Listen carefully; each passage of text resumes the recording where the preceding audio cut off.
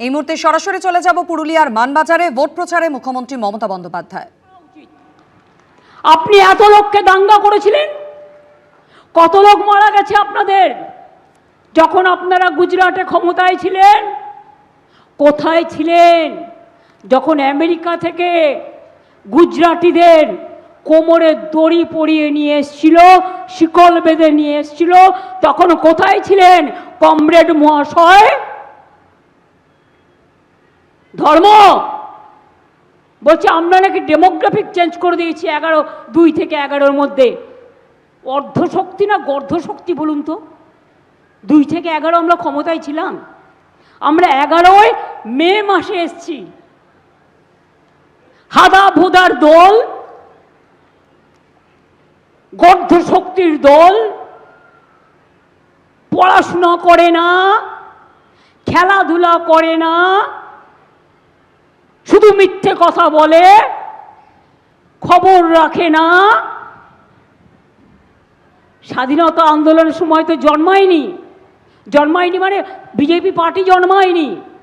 জানবে কি করে বিরসা মুন্ডার কথা, সিধু কানু ডহরের কথা, পঞ্চানন বর্মার কথা, মতুয়া ঠাকুরের কথা, রবীন্দ্রনাথ ঠাকুরের কথা, নজরুলের কথা, রামকৃষ্ণের কথা, স্বামী বিবেকানন্দের কথা, মাতঙ্গিনীর কথা, বিনয় বাদল দীনেশের কথা? কোথা থেকে জানবে? কিছুই জানে না। উল্টো পাল্টা বক বক বকুম বকুম পায়রা। নেই কাজ তক্ষই ভাজ।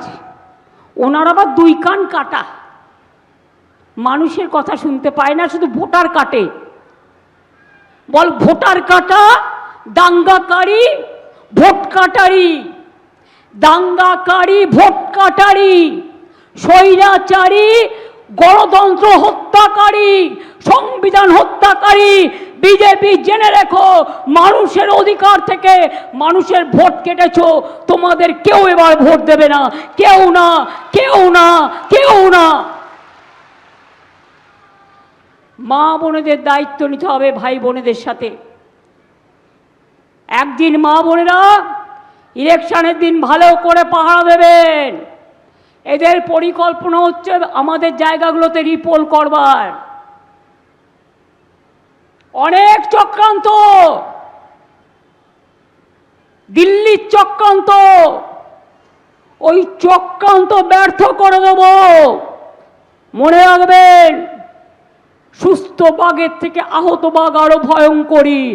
আমার হাত থেকে সব ক্ষমতা কেড়ে নিয়েছে। আমি একটা ক্ষমতা চাই, মানুষের ক্ষমতা।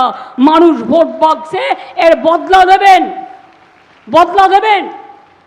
এবিপি আনন্দ, এগিয়ে থাকে, এগিয়ে রাখে।